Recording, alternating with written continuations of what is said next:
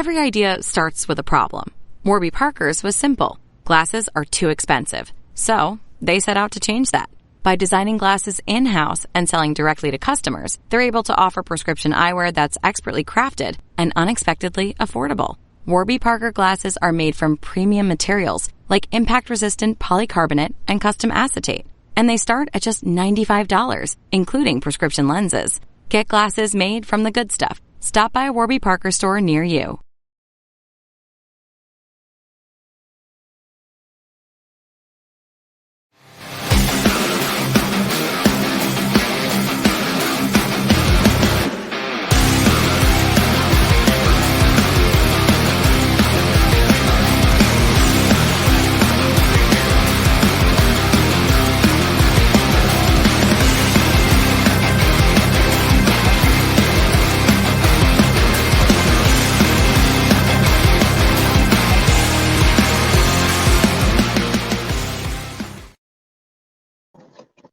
Well, hello, everyone.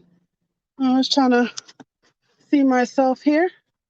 Okay, I think I got it. All right. Well, hello, everyone. Welcome to a brand new episode of Hot Topics. It's your girl, Gabrielle. And once again, I'm doing this from my car, so bear with me as I do all this. All right. So let me tell you what's going on. So this is the show where we like to have those real talk conversations. We like to talk that real talk about things in employment, education, mental health, physical health, anything that is steamy. We also like to have conversations about entrepreneurship. We talk about disabilities, we talk about homeschooling, so we cover a lot of ground here.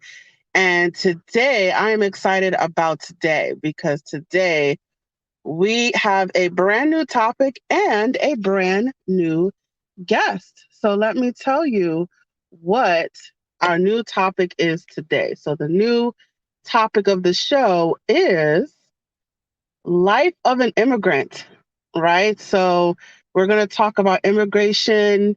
We're going to talk about life journeys. We're going to get into all that. And my guest is going to share her life story about immigration. And, you know, it's a lot when you're moving from one country to another. You're picking up new cultures. You're speaking new languages. It's a lot to move from one country to another to live there. So my guest is going to share her story and, I'm going to pick her brain about it. So my guest, her name is Mariana Santiago. And let me tell you, her life journey, it begins in Venezuela and it ends up in Canada. And that's what she's going to talk about today. So let's get right to it. I'm going to bring her to the stage right now. Hi, Mariana. How are you doing today? Hi, I'm very good. Thank you for having me on the show. Awesome. Yeah, so I'm going to change my layout. All right. So, I definitely want to hear your life journey and, your immigration journey and all that good stuff, all that jazz. So I'm going to, just go ahead and pass the baton over to you and please tell us your life journey. So, long story short, let's put it that way. I was born in Venezuela. I lived my entire life there pretty much. I was an exchange student back when I was about 17 years old. I moved to California where I had the opportunity to study there as a senior in high school, and I learned English a bit more. I used to take classes there, and then I went back to Venezuela again for 10 years to study university, to graduate from bachelor's in business administration, to work. I had the opportunity to work with pharmaceutical companies like Novartis, Eli Lilly, and I had a pretty good professional career there. But the country was not doing so great for the ones that don't know what's going on in Venezuela, it's that pretty much the economy, it's pretty bad. There's no future. If you want to build a future there, salaries don't count for anything. So I took the decision to move out of the country. I always wanted to do a postgraduate in my field, having experience in marketing, and I thought the decision was right in 2015. I said this is a moment where I can't see a future here for me if I want to build a family, if I want to have a successful career, if I want to have stability, safety. I need to move out, and I think it's a time for me to do that postgraduate that I always wanted to do and then be gone. And in 2015, I was 27 years old when I decided to move to Canada to do a postgrad in marketing. And I left my family. I moved here on my own and started studying in George Brown College for that program in marketing. And after that, I have to say I was never able to go back to marketing, but I found different paths in my life here, and I'm very happy to have moved here. I can't say that it's been the easiest choice or like path that I've been in, but it was worth it. It's worth it to leave that box that I grew up in and see the world and with a different lens, to leave my culture, to learn from another culture. And living in Toronto, Canada, as you can see here, the CN Tower, you get to learn from many cultures here, as it's such a multicultural city that you get to see people from all over the world, and it's very interesting and very open-minded. And I'm very happy to this day that I made that decision, and I hope I can shed some light in with my story and everything to all of you. Awesome. Thank you so much for that. All right. So, let's pick at that a little bit. All right. So how old were you when you left Venezuela? I took the decision when I was 26. I left when I was 27. All right. And so let's pick at that. So you in Venezuela, there was an issue with the economy. So can you talk more about that? So after Hugo Chavez won, let's say that was in 1999, a lot of people left the country because he pretty much was kind of like a dictator, but under the democracy, he wanted to implement socialism. And in a country where you have 80% of poverty, you can't implement those type of governments, let's put it that way. So the country got even more like poorer, even more poor, and middle class was like going down, the richer was getting richer, poor, the percentage in poor people and like the poor population. And when I mean poor, it's like people that have no houses, no education, nothing, like absolutely nothing. They live in mountains. It's a pretty sad reality. And a lot of kidnapping. So many people left the country because they were getting kidnapped. And all that started in 1999. I guess every time this president was reelected, 3 times, every time that he was reelected, more people would leave. Finally, he died in 2013 of cancer, and the new president that took over was his right hand, and the economy took a hit very, very bad to 500% inflation within a year. It was crazy. Like salaries were not worth for anything. I was working at Novartis. I was working at companies like Eli Lilly. I had a pretty good salary. I was getting paid a lot, and that meant nothing in our economy. It didn't matter if I was a brand manager with a great position and a great exposure to the world. My salary was for nothing. If I went out a few times, and I couldn't even pay rent, let's put it that way. Not even in the worst ghetto in Venezuela where I could probably live for a day because I was going to get killed a day after. Yeah. Not even that you could pay with your salary. It was insane. So it was on you learn to survive. You don't live there anymore. You're just surviving. There's no food. There's shortage of everything, of like toilet paper, of m- primary things like meat, chicken, like nothing. No, I don't know, no mayo, so many things that it was crazy. And a comment that I do comedy as a side hustle right now. And I remember that when COVID started here in Toronto, and you would go into the supermarkets and everything was completely empty. I'm like, I feel like home. Toilet paper, I feel at home. And it's crazy that you get to live like that. And every time you go out during the night, you don't know if you're going to get kidnapped and killed. Like, people were disappearing.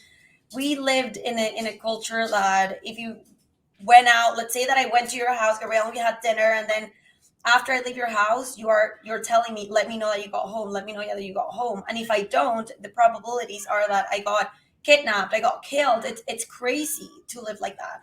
So at my 27 years old, and again, I always wanted to do a postgraduate in marketing, because that's what I had been working for the pharmaceutical industry. Yeah. Um, I was like, okay, I want a better future. So I either ask my dad, because again, like savings, the savings at that time were zero, because my salary, like in the books, I was getting paid, I don't know, let's say $6,000, but because they pay me in my own currency, and like there's the situation of the black market currency, we have the official price of the dollar and the one that you get on the street. So my salary was $6,000, let's say. And when I went out on the street with my currency to get something, it was actually worth $200. That was it. So with $200, you can't live. I think minimum wage in Venezuela to this day, it's like $15 a month. It's crazy. So I was like, okay, I need to leave now. I think I have no partner. I was by myself. I was like, if I get in another relationship, I may never leave. So this is the moment for me to go and do that postgraduate that I want. So I either ask for my parents for help to help me get a place here in Venezuela, and maybe I want to leave in like a few years anyways, or I take the chance, I take the opportunity to do that postgraduate in another country and finally leave and look for another future. And that's why I chose Canada, because it's easier to immigrate. My first option was to go to the United States, but after once you study and once they give you the work permit, it's the probabilities of you staying there are not that high. Meanwhile, in Canada, they give you the opportunity to be a resident and to apply for an express residency if you have like certain experience, certain level of English, if you have certain age, you certain requirements that I had them all. So that is the reason why I choose to Canada, because it was easier to immigrate, and I knew that for sure I would have a future here, and I wouldn't have to go back like many of my friends who went to the States go back to Venezuela and say I'm back to square one. Yeah, yeah. So you said a lot there, so let's unpack that.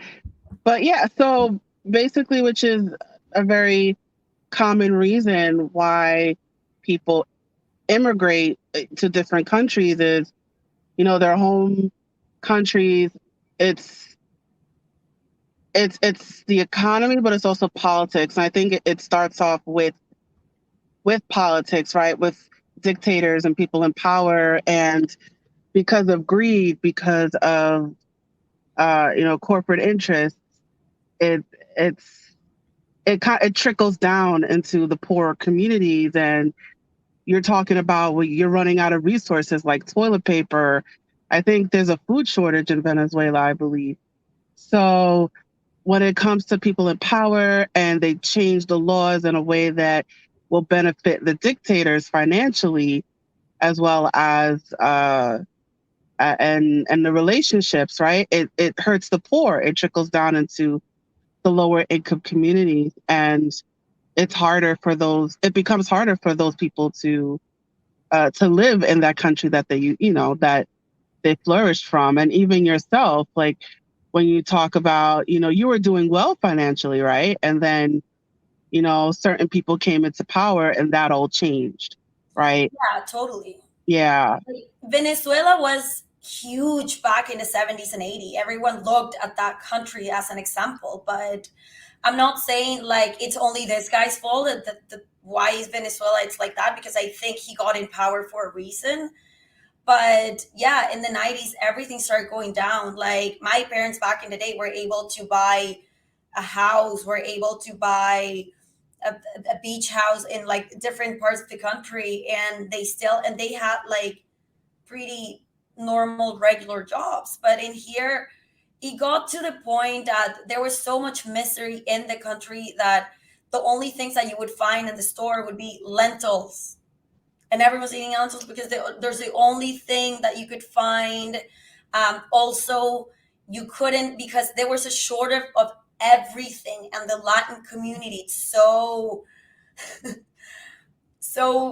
agile. They then you would see the person that it goes to the store, buys the entire toilet paper, and then he resells it, right? Because everyone's looking for that hustle.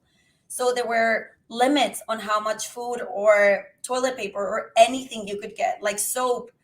It was insane. So you would see at a regular super like grocery store lines, people were lining up since 3 a.m. to get something at a decent price at the regular, like let's say at the legal exchange of the dollar, right? Because if you wanted something quick and available, yeah, you could go to the store that looks like, I don't know, any CVS here or here in the States.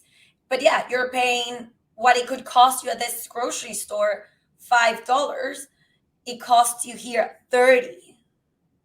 And that is when the inflation just gets started growing and growing and growing, because and it still happens to this day that people that have money are just giving it away in things that are crazy, like paying for ice cream $50. It's something like that. It's insane.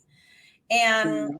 people, yeah, the poor got poor, and you would see people are starving, people are thinner. Like it's crazy how many people that were, let's say, lower class, they had, I don't know, a little store, they had everything in stock, they were kind of like chubby but happy in their life. And then this regimen came in, and then you see this exact same guy, thin, nothing in the store, because it shows how it affected him, his family, and his business. And that's an example of what happened to everyone in Venezuela, except the people are very, very rich that have um, let's say the tools to survive. And that's why after that president Hugo Chavez died in 2013, that the country, if the country was going like this when he died, it went like psh. After that, all people, everyone in Venezuela started leaving. We are a country of 30 million population. About 6 to 7 or 8 million people have left. It's crazy, from all classes, because even the board said, I don't have anything to lose anymore. I have nothing. I have nothing to eat. I have nothing to do here anymore. Even kidnapping was like not even a business anymore. It was insane. So now it's a bit safer, but people were running for their lives pretty much. Yeah, yeah. And when things like this happen, you sorry, I hear a truck. When things like this happen, you brought up a fair point. Like it's people were getting kidnapped. Like when when the economy gets worse and people are becoming poorer, crime tends to go up, right? So like you're showing a correlation between poverty and crime. Yeah. So as things got worse economically, things got worse in terms of uh, people stealing or kidnapping and things like that. So The thing is that, let's say that I was like in my car with my phone, my iPhone. This, it's worth more than my entire life. And the people are stealing from you. It could be a 13-year-old kid that's what he got taught, and he kills you for the phone, because then later on he can resell that phone for something. Or even some like Jordans, some like a watch. There was a time that you had to hide everything on underneath the car and have a fake purse. So in case that like a motorcycle got knocked on your door with a gun or whatever and says, "Give me everything," you grab the fake purse with the old phone that you keep there always, give it to him. And it's crazy because sometimes they're like, "No, that's not your phone. Give it to me," and they would throw it back at you, and you're like in that moment with a gun to your head, and that could happen any given day from your house to work to university. It didn't even matter, and that's a reality that we were living as well. So you were fearing for your life every single day. Yeah, yeah, yeah. That's understandable, and that's pretty common. Your story is pretty common. I think that's the story of a lot of Cubans, right? While Yeah, they migrated to America. So it's a very common thing that you talked about. yeah. So I want to make sure we get all this in. So, okay, so you decide to leave Venezuela, right? Tell us the process. You came to Canada for school. So tell us about that process. So when I decided, like, I had so many friends that had left already, either went to the States to do an MBA, or either went to Canada, or either went to Chile, Colombia. I mean, people were going all over the world, right? And for me, it hurt me so much to leave the country that I thought that I would never leave. That I was like, I am not going to go to Latin America. I'm not going to go to something that it's not even close to be similar to what I live, because it hurts so much that I just want to go somewhere else completely different. So again, my first option was the States, but to stay there, it's kind of like harder than here in Canada. So a friend told me, "Hey, I'm going to Canada. It's super easy. Why don't you go? Let me tell you all about it." She was paying like a lawyer to get here, and she explained me everything. She paid a lawyer. She um, booked a school, like spotted a school, all that. And I remember going back home and I tell my parents, "Okay, pay me a lawyer. I'm going to Canada." And they're like, "We're not paying you no lawyer. You go on your own, figure it out. Right? Do your thing. We're not paying you a lawyer. We know you can do it." And I'm like, "I want my lawyer." But the thing is that, yeah, a lawyer for that was like charging, I don't know, $7,000, $10,000 US, something like that. Yeah. So I started looking for schools. I wanted to come to Toronto because it's a multicultural city. And I started looking for schools that were in Toronto, because at my 27 years old, I had a decent job. I had everything. And one thing that I said, I I don't want to be living in a house with a bunch of people like a student and feel awful living somewhere else, because I know already the experience is going to be very bad. So I was like, I'm going to study at a college that it's in downtown Toronto. That was one of my requirements. So I started looking for a college for a program in marketing that it was like I wanted to keep learning about my career, and I found George Brown College. And after that, I'm like, okay, where am I going to live? But in order to do that, I also let me step back a little bit. When I took the decision to move to Canada, it needed to be to study, because that's your kind of like your ticket in to the country. If you say I'm going to go there to work, no, they don't give a work permit that easily. But if you study for 1 year, they give you 1 year of work permit. If you study for 2 or 3 years, they give you 3 years of work permit. So it was what I wanted. And also with doing what I wanted, that was a postgraduate, I was going to get that work permit that I needed to start my experience here and everything, right? So I take the decision to go to Canada. I do all the paperwork, like legal paperwork, that I have to do in Venezuela, like validate my my diploma, my high school, my work, everything that I needed to present to the embassy for them to provide me with my student visa. So Yeah. once I get that, I'm like, okay, perfect. I applied for the college, and the college, you apply it in advance. So let's say that I started doing that in September of 2014. and or October 2014, and I booked it for the summer of the year after. So I started in 2015 here. So I knew that I was leaving. I had all of my documents. I got my spot in at the college. I had everything to be able to leave, my documents ready, everything that I needed to do. And once all that is done, that's when you send everything to the embassy, praying to the Lord that you get that approved. Because if they reject it, then you wasted all that time, all that money for nothing.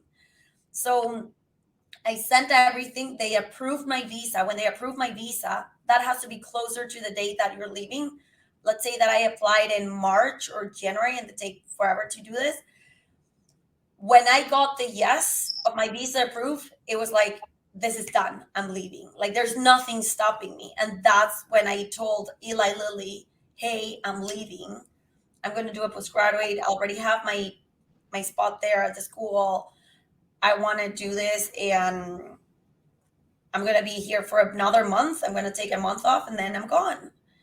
And that's what I did. So, I mean, that year, it's a lot of paperwork, I guess. It's a lot of things that you need to get in order, especially coming from a country that it's non-English speaker.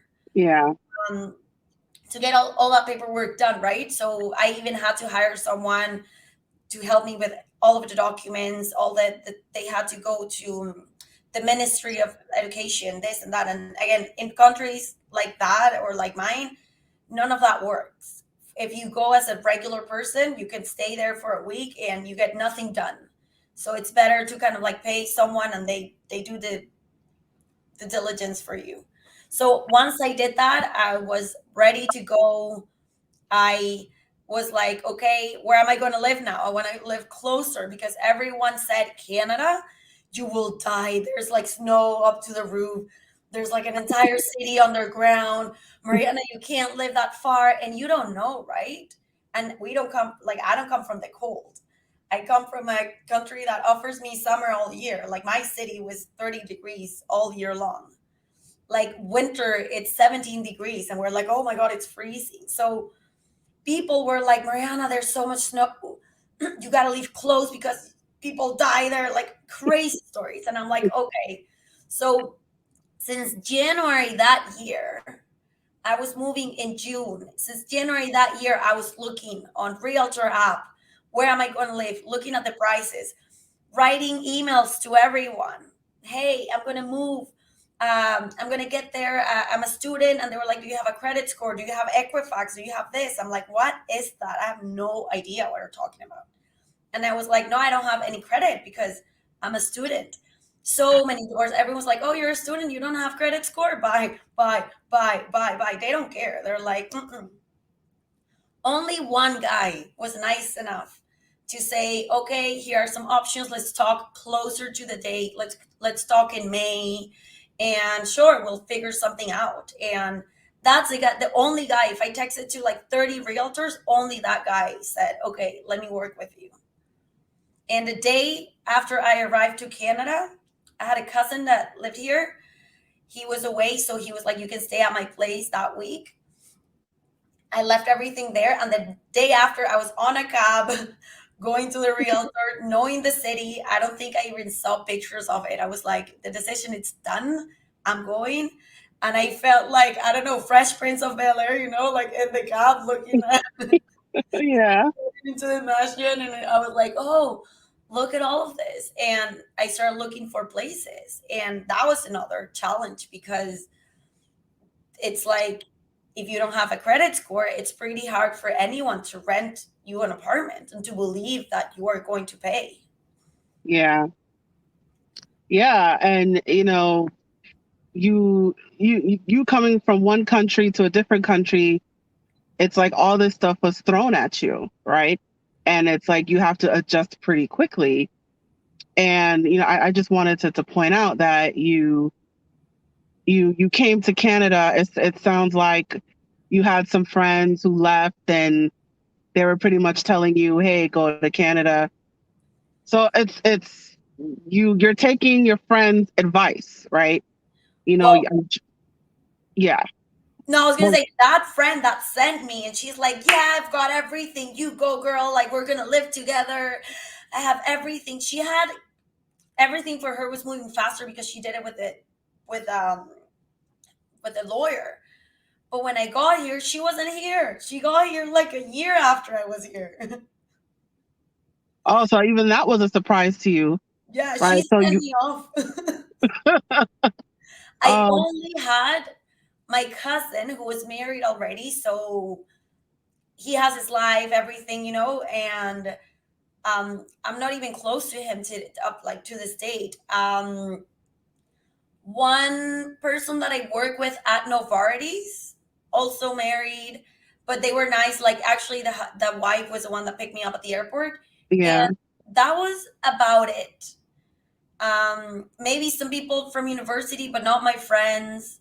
And yeah, it's tough because you're coming here solo and you're making new friends. And yeah, my cousin invited me with like to hang out with his group of friends, but they were like also different priorities, right? They're like all working, kids, married, this and that, and I'm like studying, trying to know everything. And I mean, they were very nice, but I didn't know them from before in Venezuela. So yeah, you start making friends, even from like the realtor guy was very nice. Not that I became friends with him, but he was like a person that helped me out with like took me to. I remember I was like, I need to open a bank account. He took me.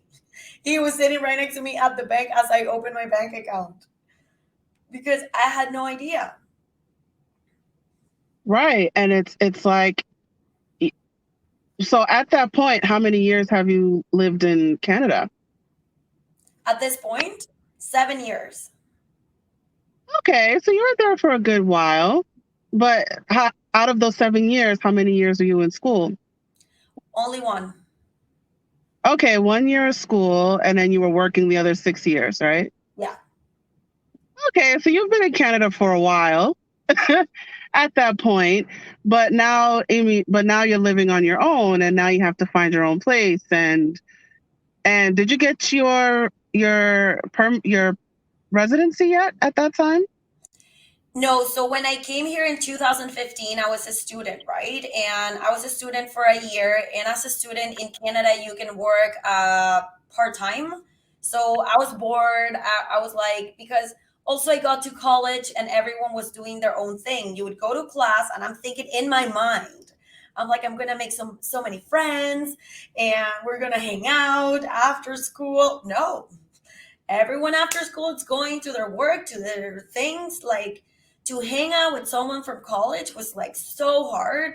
Maybe the international students would be the one like hanging out, but I was like the only Latin American one. So I didn't even have like a crew that was familiar to me. So Yeah. I would hang out with like some of the Canadians, but again, and some of the internationals, but everyone's like so scattered. Everyone had something to do after it that I got bored, and I'm like, okay, let me work a little bit. So I started looking for a job in, I don't know, at a mall. I even hid it from my parents because they were like, no, we didn't send you there to work. We sent you there to study. And I didn't find a job at any store because I was traveling in December, and they were like, no, whoever starts working now, we need them all December. I'm like, no, I'm visiting my sister. So I got to a restaurant, and the girl was like, yeah, what do you want to be? I'm like, I don't know, whatever, host. Like, and she's like, do you want to be a takeout cashier? I'm like, sure. And I worked there for like 6 months. I loved it. It was such a whatever job, but I loved it. I made so many friends because I was only in the takeout cashier. I was not even a server. I was not even a host. I was like in the middle of so many things, helping everyone. But I made many, many friends, and it's like a job that I was like very thankful. So that was like the first year what I could do with my work permit. With my study permit. Once I'm done of my study permit, I am able to apply for a work permit. So then they gave me, because I studied 1 year, they gave me 1 year to work. So they gave me a work permit from 2016 to October 2017. That's when I start doing the express entry, the requirements. So because of the work that I had in Venezuela, which was like management in pharmaceuticals, and the amount of years I had the maximum of points on in my professional career or my experience. Because of my English, you need to take tests, either the IELTS or another one that it's like a Canadian one that it's called CELPIP, and they're both so hard. I don't know. It was like, because you need like the top points in each area. If not, the points, like, they don't give you, let's say, the recognition that you need in order to be able to make it to the maximum of points in your English. So the express residency works back then as a pool. So my experience counted for this amount of points. The fact that I was like younger than 30 years old, it counted for a certain amount of points. The fact that I was single, the fact that I studied here, I had more points. So all that added on, and the hardest one to get was the English one, to the point that I've always considered that my English is good when it comes to like speaking. And there was even one that I took that test, and those tests are like $300 every time you want to take it. It was like super low score. I'm like, you can fail me at anything, but not at my speaking. No, no, no, no. And then I took the IELTS and I did so much better, and I was able to get into the pool one while I had my work permit. But it got to the point that I was very worried because, again, I failed that test. I was not making it to the pool. And I'm like, oh my God, I need to take that test again, until I get the maximum score in all four areas: speaking, listening, writing, and reading. And I'm terrible at reading. I'm a terrible writer. And you need the maximum. If not, you don't get the points. And I was so worried because I was like, I'm running out of time. What if I actually hit October and I still haven't made it to the pool? I'm out. I will have to leave Canada. And I don't know, something happened. I was about, the day that I was about to book another test, another English test. Don't ask me what happened. Random pool. They threw it on a Wednesday when it's usually one per month. This was like 5 days after the one that they already done. So something like crazy. I got on my phone by chance. It opened up on the pool website because I was talking about that the day before. And I'm like, I'm in, I made it. And I didn't have to book that test. And that's in July. That's when I applied for my residency. So everything that I put in the application, my work, my studies, everything that I put there, now I had to prove it. So when you are invited to the pool, when you're invited to apply, you need to prove that everything that you put in that profile, it is actually true. So that happened in 2017. And it took few months to get that. And I'm like, oh my God, are they going to accept it or not? Because also my work permit is running out of time. But the times match. I was perfect. I always had a status here in Canada. And in 2017, I think October, they said, yes, you've been accepted. You're a resident. And then they send you a document that it's kind of like one entry visa. And when you enter the country, you have to leave the country or make an appointment. But I mean, the idea is that you leave the country, you come back in, either flying or by land.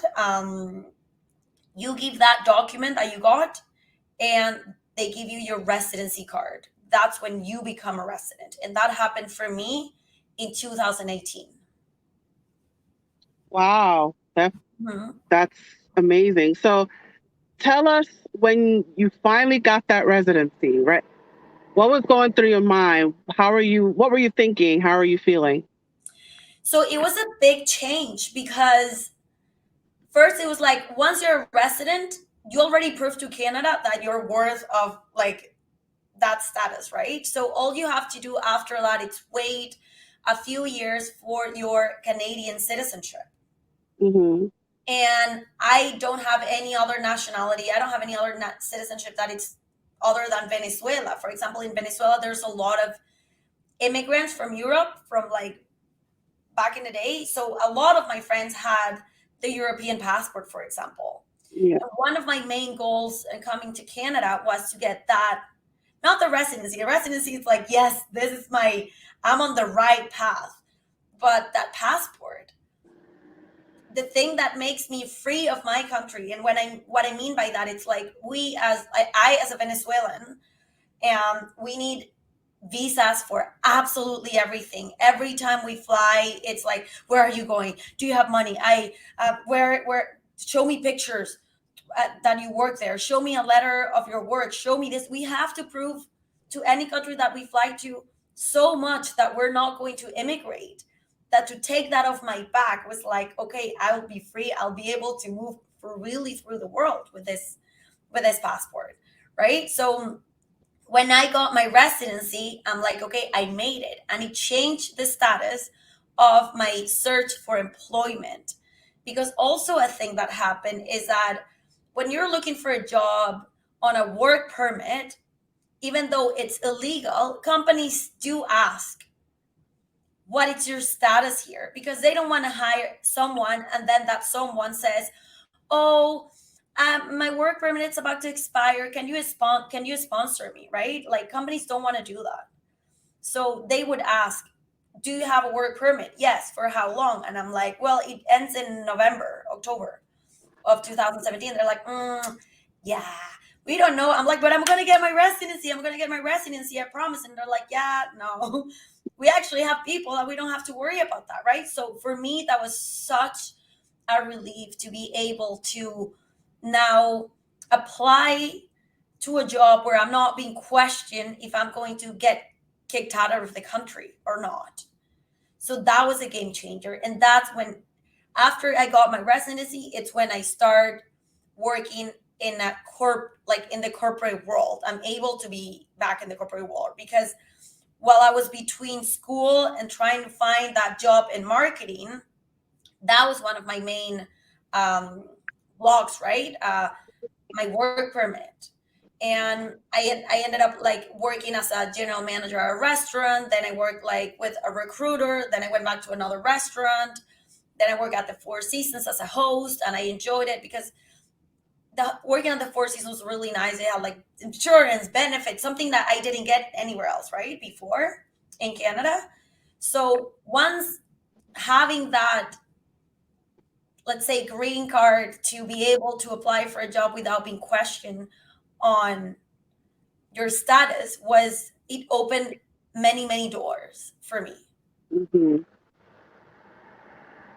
And that's it's what you're saying is relatable because it's I went through a similar a similar struggle of being a green card holder here in the States. And you always have to like get permission from your home country to do something, even though I spent the majority of my life here in America. It's still like, wait, because I'm originally from Trinidad, so it's like, oh wait, I have to check with the Trinidadian consulate to see, oh, can I do this, even though I spent like the majority of my life here in America. So it's always eh, I I didn't have the ease to do a lot of things, even when it came to travel, because I had to like get permission from two countries in a way, as opposed to like one.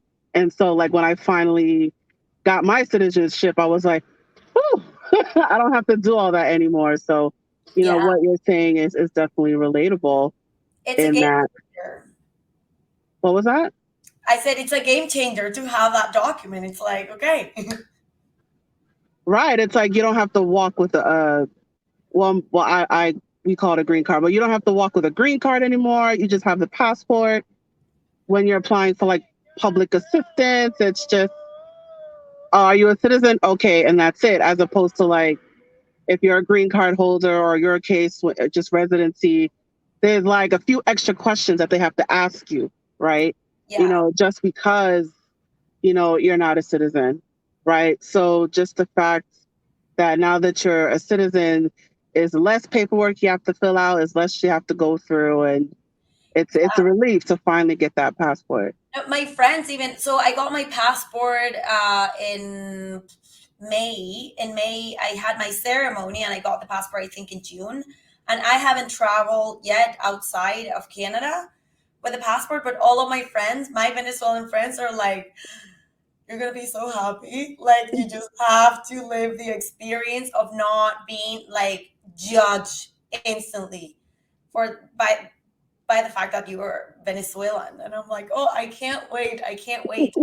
And I went to Mexico last year. So something that happened, that interesting that happened, is that, for that Loto, like green card Loto that happens in the States, I forgot the name of it, that you can apply and maybe you win the green card. Yeah, lottery. Yeah, Visa lottery. Yeah.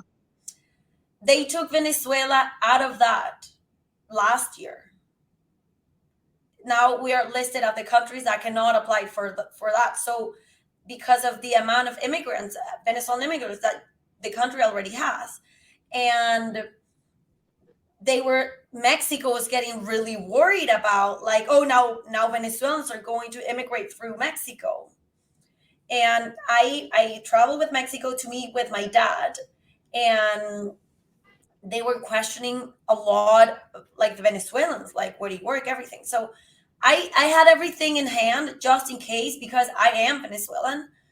And as I was in the line for the immigration, you could see families and the guys, like the security guy or like the patrol. I don't know the proper name for it. The immigration guy was, okay, where do you work? And they're like, here. Why are you coming here? Where are you visiting? Show me the proof that you're going to stay at a hotel. They would ask the kids that are like 5 and 3 years old, what is the name of your mom? What is the name of your dad? When it's her birthday? When it's his birthday? Show me a picture of you at work. Show me an email. Show me this. And I'm like standing, listening to all of this. And I'm like, it's insane. How is it possible that we go through that? So when it's my turn, I'm like, hi, I give my passport, and they're like, what do you do in Venezuela? And I was like, I don't live in Venezuela. I'm a Canadian resident. And I take the residency card and I hand it to the guy, and he's like, okay, you can go. As simple as that. And it's crazy. Yeah, it is crazy. And even like when you're traveling, coming back into I don't know if it's like this in Canada, but when you're traveling back to your home country, there's always like the citizen line is over here, and then you have like everyone else in another line, and then like the people going in that other line, that takes them even longer. That's a longer line. They have to wait longer, as opposed to like the citizens is just like boom, boom, boom, boom, boom, boom, boom, boom, boom. Yeah. And even when you go to other countries, like if you're from the States, if you're like, I don't know, ETA or like whatever from Europe or Canada, you can go here. And you're like, no, I'll go through there. But no, I mean, yeah, when I got my passport, because when I did my citizenship, of course, like very emotional. And I was like, how do you feel? I'm like, I feel good, but I feel like once you have your passport in your hand, it's like, this is it. This is what I want. This is what I came here for. And I do have to say, I mean, it's not an easy path. And I was talking about that with some friends over Thanksgiving, because in Canada, Thanksgiving was yesterday. And there's one girl that just got here. She's studying English, and she was like, how is it? And I'm like, the path, it's different from everyone, right? Like there's people that leave the country with one hand and at the front and the other one in the back. Like they help their families, they struggle, they have to hustle, they have 3 jobs, they study. Like there's the other people that come here like with a better reality, like they're able to afford to rent on their own. It depends on the situations, but I feel like it all comes to the point on how do you face all of these challenges, right? Because I think I've had it hard, but not in the sense that for example, I didn't have to help my family back home. And if I did, I know that would be a completely different reality. My priorities would be completely different. But I mean, the struggles finding a job, it's hard. When I thought I was doing everything right, like networking, talking with all of the teachers at school, talking with all the speakers, volunteering, because they tell you volunteer, volunteer.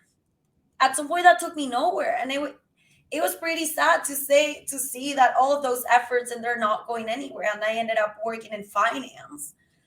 It's what I do now, and even though I've had pretty good opportunities in my job, I still miss the part of being in marketing or being a brand manager. Like presenting all of my brands, my marketing launch, or like the business review to the sales team. I guess I missed that so much that I started while I was in these jobs that were not, let's say, fulfilling me, and feeling like I needed to do something else. I started doing comedy in Spanish and in English. And that's something kind of like I went back to what my passion is, let's say, to be Yeah.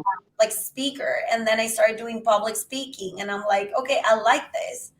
Because at the current job that I have, I don't have that. But I like the fact that I see it as a sign of the universe that push me to some others, like other path, and to see what other things I could do with the things that I love, with the things that I'm passionate about, right? Yeah.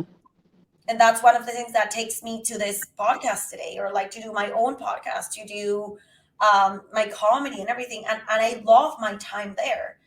Sometimes I feel like, what if I found a job as soon as I got here in marketing, which was I wanted? Probably I would be working in a corporation, growing like I was doing back in Venezuela. So I feel like it's the attitude that changes everything when it comes to all the challenges that you're facing. And I feel like everything happens to help ourselves grow, to make ourselves better, to see things differently, to learn from other things. But yeah, sometimes I turn back and I said, I think it could have been easier. Yeah. And I think like going through this journey, and there's so much that you experience, and there's so much that you learn, and but it's like getting to the end of the finish line, right? So like by the time you get there, it's like, whew, I don't have to stress out anymore. Totally. No, 100%. And I feel like it is tough to be an immigrant. It's tough to I feel like nobody tells you. It's like, I don't know if it's like the story, like the pregnants never tell the reality of so many things. A lot of people don't tell you everything that you struggle with when you are going into a new country. A lot of people are like, yeah, come, it's super fun, you will love it, it's fine. And you get there and you're like, no, this is not fun. This is not like you told me. And I remember one cousin was going to come here, and she's like, Mariana, how is it? I'm like, I'm not going to lie to you. It's not easy. Like, you have to do this, you have to do that. And I was straight up. I'm like, you get to love it or you get to hate it. But I mean, this is our kind of like the challenges that you're going to see. And this is what you have to do. So you don't, like, I'm going to I'm going to tell you what I saw, what I learned, so you don't make the same mistakes. And she talked with a bunch of people. And when they moved here, she's like, the only person that told me the truth was Mariana. The only person that actually told us what it was going to be like. Because a lot of people are like, yeah, come. Everything is perfect. So I always say, I'm not going to be an immigrant with two hands tied like on my back. I'm like, if I move to another country ever again, it's because I have a job, or I'm very wealthy, and I'm like, okay, I can afford to move there and see what happens. But it's hard. Yeah, it is. And just to point out something you said earlier, and that the fact that you came to Canada for school, but your parents didn't pay for school, right? So you had to pay for school all by yourself, and even paying for the plane ticket. No, well, no. Paying, In my case, my parents helped me. They did. oh, okay. No. They did I help was you with school. Yeah, I was grateful for that, because that's I asked them, because I didn't have the money. I had to ask them and say, please help me get out of here. Like, it's what I have to do, and they struggle a little bit, but they the fact that again your daughter can get killed any given day, it's they were like, okay, yeah, we're happy that you're out of here. We're happy that I guess we're not going to be worried about you. But after that, after school is done, it's on my own. It's struggling, working every day to pay my rent, to pay my bills, to pay everything that I have here. If I wanted to travel, if I went to Venezuela, it was all on me. But thank God my parents helped me with school. That's one thing that I'm like, thank you, because if not, I wouldn't have been able to do it. And that's a thing, like it's so, I think in the States you can't work while you study. Yeah. At least here in Canada you can work, um but only part-time. But Yeah. no part-time, it's going to maintain Toronto life. It's like it's crazy. So you see a lot of people from like India, they do study like 3 years, or they live in, um, I had many friends from school, and they would be living in a like in a bachelorette or some like seven people there, like they're making the best that they can. They're studying all the 2 years to make sure that they work here for 3 years, to make sure that they don't get sent back, because they're so scared. They're putting everything that they have. They're betting all of their future in those 3 years, right? Or like 4 years. So Yeah. it's crazy. But no, I was thankful that I'm still are thankful to my parents that they were able to help me. That's why I had to hide from them when I started working. I told them after, I'm like, oh yeah, I'm working. We're at a restaurant. They're like, why are you working? We sent you there to study. I was like, I'm bored. I need something to do. And it's nice to have some extra money to like get myself, I don't know, Starbucks or something, right? Because money's so limited that those extra few bucks monthly were like, yeah, it felt like I was rich, even though it was nothing. Yeah. Yeah. And just it's you're trying to make it out on your own, because at this point, like your parents, your parents helped with school, but the rest is on your own. Like you still have to do rent, and there was a certain. It sounds like there was a certain lifestyle that you wanted to have, right? Because you easily could have lived in a dorm with everybody else, and then your tuition pays for the dorm, but you decided, no, I want to live. I want to live in an apartment. I don't want to live in school housing. Well, So, they don't have dorms here for that school. oh, But okay. you could live in a family, like a family that has a house and like seven kids there. And of course, you pay like minimum rent. So what you pay is cheaper, but I was in denial, and maybe I was like spoiled or whatever. But I was like, I've worked. It's not that I've failed in my professional life. It's not that I failed in my studies. I've done everything right, but my country hasn't let me have a better future, and there's nothing I can do. In fact, when I quit to Eli Lilly, they were like, please stay. They offered me a bonus of like a lot of money, like to stay with them. They increased my salary. They were like, but please stay.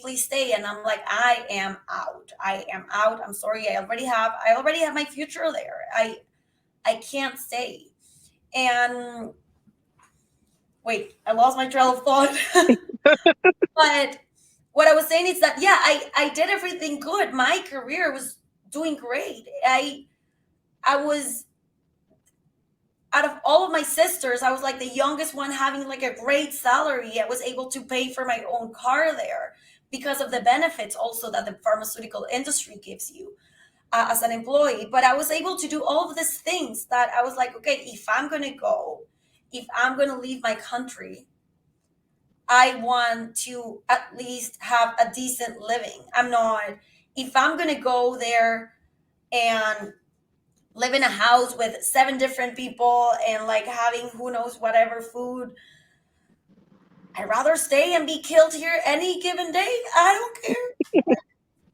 So that was what I did. But I know a lot of friends came, and I remember one friend was like sleeping in a studio that was like This, like, if even if it's an office, it's like very, very small, and there was like her friend and her, and the beds were like together, not even like a base, like feet together, like the feet would be able to touch at night of how small that place was. Yeah.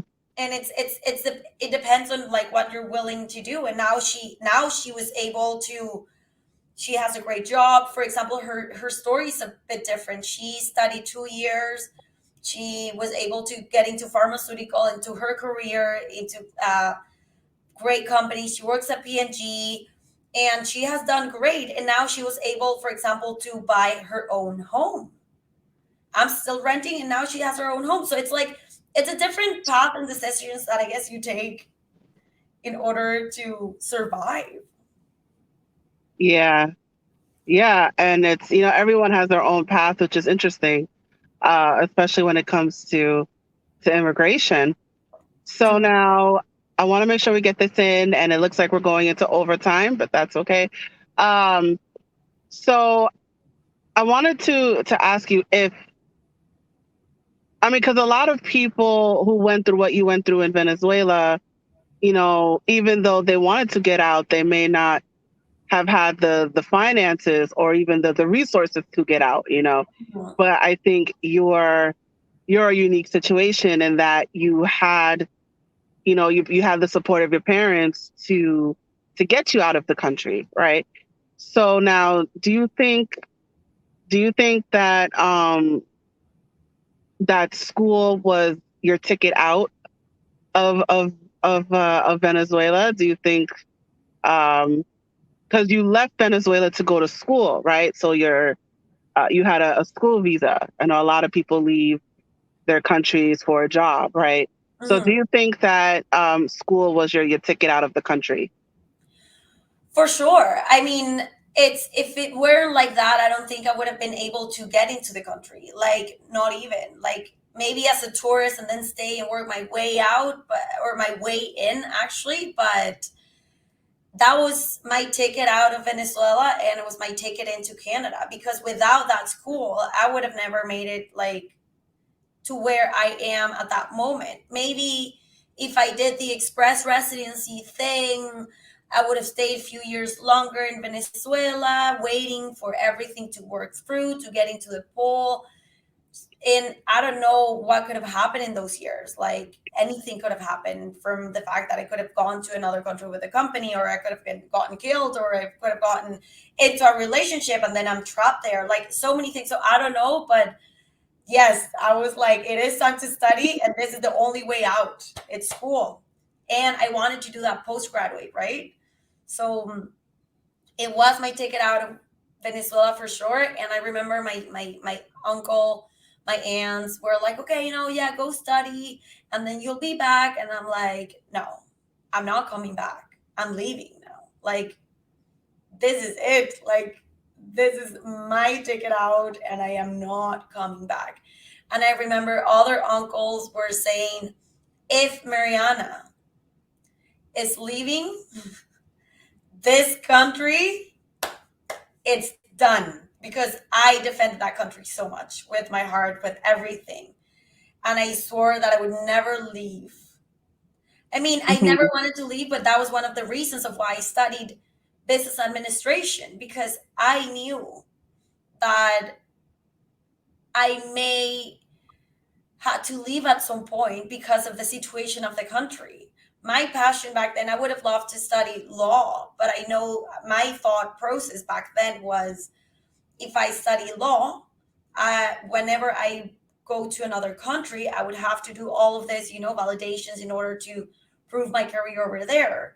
And I think I don't want to do that. I think I rather do business administration, that it's a world known career, accepted everywhere. And by the time that I need to leave the country, if it comes to that, because the probabilities were very high, I will be able to go and apply for a job without any major issue. Yeah. So now, do you think school was an easy way out in terms of, if you were to, like, I'm going to go look for a job, would, do you think your parents would have supported you as opposed to school? So do you think it was an easy way out? I mean, if you have the help of your parents, I would say it is the easy way out because you can figure it out as you go, let's put it that way, while you're studying. But if the case is that it's the only way in Canada, let's put it that way, and you're putting everything of your savings to pay for your school, and then you have to work the legal and not legal part because when you need money, you work on cash jobs, whatever, right? And you need to send money to your family or to sustain yourself. It's hard because also you need to be in school. You cannot get kicked out. You need to maintain your grades. So it is very, very hard depending on like what the situation would be. But in my case, I would say it was the easy way out. Also, it was something that I wanted to do. Than coming here with your savings, surviving, and applying for jobs. And the thing here in Canada, I don't know how it's in the States, but the thing here in Canada is that it doesn't matter what your experience is back in Venezuela, because if they don't know, Yeah. they're like, I need you to have Canadian experience. And that's the main thing. You need Canadian experience. You need Canadian experience. But the things that nobody wants to give you the Canadian experience. So I got rejected from so many jobs where I was like, I'll do the extra work. I'll work weekends. I'll work nights. Give me the opportunity. I'm a fast learner. I'll do this, like everything. And they were like, yeah, but no, she doesn't know packaging. But because in Venezuela, we didn't package anything in house or in the country because everything was imported. That's a situation that I couldn't never change. Like it was my situation, but they were like, oh yeah, no, next. Or the most common answer was, oh no, you had nothing to say bad about your like interview. Everything was great. Your feedback was super good. This that, but they hired someone that has experience in Toronto or has worked with our competitor, and it's so hard because as the years go by, you get farther and farther and farther from your experience. Or you could have the person that believes in you, and that's the story of my friend, the one that I just said that she bought her condo, was living in a small place. She was doing a speech for P&G and stuff, and of her story was that she went to do um an interview for how do you call it, like when you work and you're still in school, and an internship. So she Yeah. went for an internship, and the lady said, I'm going to give you the opportunity because I was an immigrant like you, and I know that what it's like. And she went first time to GlaxoSmithKline, the pharmaceutical that it's huge. So imagine all the doors that opened for her. My first job was like a crazy guy that pulled her hair out. Like, it's like it depends on what your fate in like is, I guess. But coming here without that ticket, without like only that work visa, and having to work that year, depending on what the situation is, it's hard because you could be 3, 4, 5 months without a job. Yeah. And how much money do you have in your savings that you can maintain that, or how much do you have to work? Because also the easiest money, let's say it's at a restaurant, because it's fast, like with tips and this and that. But when you work at a restaurant and the company calls you and says, oh, I need you Wednesday at 3 p.m. and you have a shift, it's like, how do you juggle with those things, right? It's hard as well. Yeah, absolutely. Absolutely. But that's another story for another day. So I got to schedule a part two with you. Totally. But let's start to wind things down. So now, do you have any final words of wisdom you'd like to share with our audience? Any parting words? I would say it's when people ask like what you would say to young Mariana or your little you. It's like everything is going to be fine. I feel like as long as we put our passion, we learn from our mistakes. We learn to see things with a different lens, because I feel like sometimes a lot of people immigrate, but they never change their mindset. They never understand the culture that they're living in, and you're trapped all the time. So I feel like to have an open mind, to understand that what happens happens, let's put it for a reason, to either learn to not do it again, to learn you grow. Um, just do it. If you want to immigrate to another country, what I always say, it's like the worst thing that you can have that can happen is that you try your luck there, you see if you like it, if you don't like it, you go back home. But it opens your mind, especially like we have our own culture, everyone has their own culture, and the fact that I moved in here, I feel like I see Venezuelans today even with a different lens, and I'm like, I'm so glad that I don't think like that anymore. I'm so glad that I learned this from the world and from a new living, right? And I feel take everything as a path to the future that we want, and also like never lose focus, because sometimes things get so hard that we can get lost. So as long as you have a focus, my focus was my Canadian passport, and I was going to do everything any given day to get to have that, to make that happen. And I remember at work I was like, sometimes I was at work that I was like, I don't care. I want to go back to Venezuela right now. I don't care that they don't have water. I don't care that they don't have electricity. I don't care. But I that's how I felt sometimes. But I was like, I need my Canadian passport. And that was my goal. And now that I have it, I don't want to go back. I have such a different life. I'm grateful. It took me a while to be grateful with the opportunity that I had.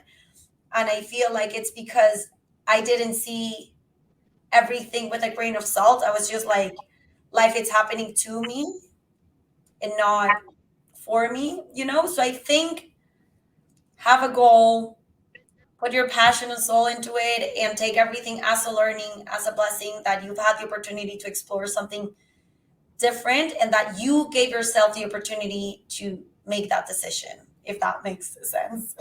Yes, yes, absolutely, absolutely. Sometimes you just got to go for it, and if it's something that you want, then just go for it and stick it out and do what you got to do. Yeah, totally. Sometimes I feel like a friend asked me because something happened to me here, and they were like, how do you deal with that? Like, I was like, I didn't have time to deal with it. I had to go to work. I had to find a job. I had to get my residency. I have to do this. Like, I had no time. I just had to go and power through. And that's what I did. And now I'm here with a pretty good life. And I'm looking forward to get even better, to get, I'm a great job right now. And I hope I keep growing with my speaking, with my comedy, with my 9 to 5, with everything. And it's all thanks to giving myself the opportunity to be here, to accept all the changes, to accept all the challenges, and power through. Absolutely, absolutely. Well, all right. So, we definitely got to do a part two. There's so much we didn't even cover. We didn't even talk about what you had to do to get the residency, because that's a whole thing in Yeah, itself. And even, you coming on a student visa. So now you have to go from a student visa to residency and all that entails. But we don't got time for that right now. But we're going to do, I got to get you back on here for that conversation. for sure. For sure. Yeah. But all right, let's go ahead and jump to your promo. Yay. All right, you guys. So Mariana Santiago, you can find her all over social media. She is on Facebook. She's on YouTube. She got 2 Instagrams, you guys. So I encourage you to find her on social media and follow her on all of her accounts.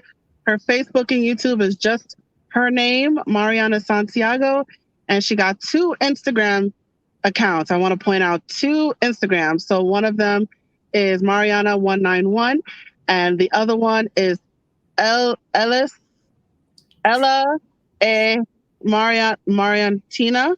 I think that's what that says. What does that say? It says Eva is Marianita. Ella is Marianita. That's right. So all of that information is scrolling below at the bottom of your screen if you are watching this on video. And for my audio people, I did not forget about you. All of this information is in the description. So if you're not able to capture this information, that is okay. This information is at your fingertips one way or another. But I encourage you to follow her on social media. If you have any questions, if you want to talk to her, sorry, there's a lot of screaming in the background right now. Let me just close my window for a second.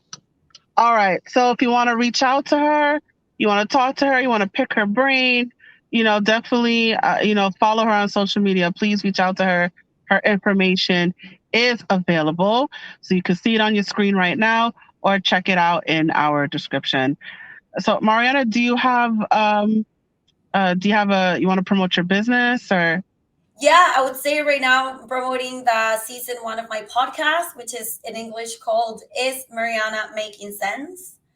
Where I talk about different topics that we cruise in life on how to be a better person in this crazy society and in this crazy world, and how to not be so busy and just react, but to think a little bit more. And they're like very short podcasts. So it's called Is Mariana Making Sense? In video on YouTube, and in audio and all the podcast platforms, Spotify, Google, Apple, whatever you want to listen to it. And it's also, if anyone wants to listen to it in Spanish, it's also there available. It's called Mariana con o sin sentido, and it's also available in the same channels. And I talk about the exact same thing in Spanish and in English. So I repeat everything. I have also guests sometimes.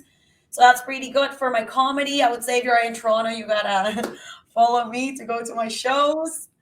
And yeah, that's about it. I do promote a bit of my shows on Instagram as well. So yeah, hit me up if you want to reach out, whatever. I'm always available, and I love to meet new people. All right, awesome. So yeah, so she has a Spanish podcast and an English podcast. So check it out. Follow, definitely follow her on both of her podcasts. The English one is called Is Mariana Making Sense? And what's the Spanish one called? Mariana con o sin sentido. All right. So both podcasts are available wherever there are podcasts. So please check her podcast out and give her a rating. Give her a 5-star rating, you guys. Drop a rating, when you listen to an episode. So yeah, so check out her podcast, in Spanish and in English. So it's bilingual there. So definitely check it out wherever you get your podcast. All right, Mariana, thank you again for joining me. This was awesome. We definitely gotta, there's so much more. We gotta, dive into this topic. There's so much that goes into it. So, I gotta get you back on for a part 2. But thank you for joining me today. I do, and thank you for staying overtime with me. I do appreciate it. I love talking, so I'm here all night. Awesome. Thank you very much for having me. I'm very happy that I was able to be here with you. Thank you. All right, let me put you backstage and off camera. There we go. All right, you guys. I know we're over time, but bear with me. Let me get up my contact information here. All right, you guys. So we have reached the conclusion of our episode. Thank you so much for joining me today. I encourage you to stay in touch with us, right? So this podcast is a production of A Step Ahead Tutoring Services. So if you would like to learn more about our company, the things that we have to offer, maybe you're looking for a tutor. You're looking for a tutor for your child or even for yourself, because we also work with adults. Please check us out. Our website is www.stepaheadtutoringservices.com. I also encourage you to follow us on social media. We are on a variety of different platforms. So we're on Facebook, we're on Twitter, YouTube, Instagram, WhatsApp, Eventbrite. I think there's another one. I can't think of it right now. But we are on a lot of different platforms. And I encourage you to find all of us and follow all of us on our different platforms. So please reach out to us and please follow us. So we definitely will appreciate the support. And also let us know what you thought about this episode by leaving a comment in the comment section or in the comment thread. Or if you happen to be listening to this on audio right now on a variety of different podcast platforms, whether that's Apple or Spotify or iHeartRadio or Podchaser or Google Podcasts, wherever you are listening to this on audio, please drop us a rating. Let us know what you think about our podcast and this episode as well. So however you are taking in the sound of my voice, drop us a line, right? Whether that's a comment or a rating or whatever it is, please drop us a line and give us your feedback. We definitely will appreciate the support. And I also want to encourage you to sign up for our text list. So if you want to stay in touch of all that is Hot Topics, you'll learn about upcoming episodes, live streaming episodes. You'll also know when the audio drops. So if you want to stay in touch of anything and everything that is Hot Topics, I encourage you to sign up for our text list. All you have to do is text the code Hot Topics to 917-764-3975.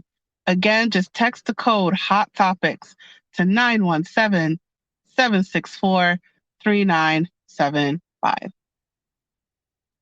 All right, you guys, and that is it. Thank you so much for joining me today. And so now I am now signing off. So see you next time, you guys. Bye.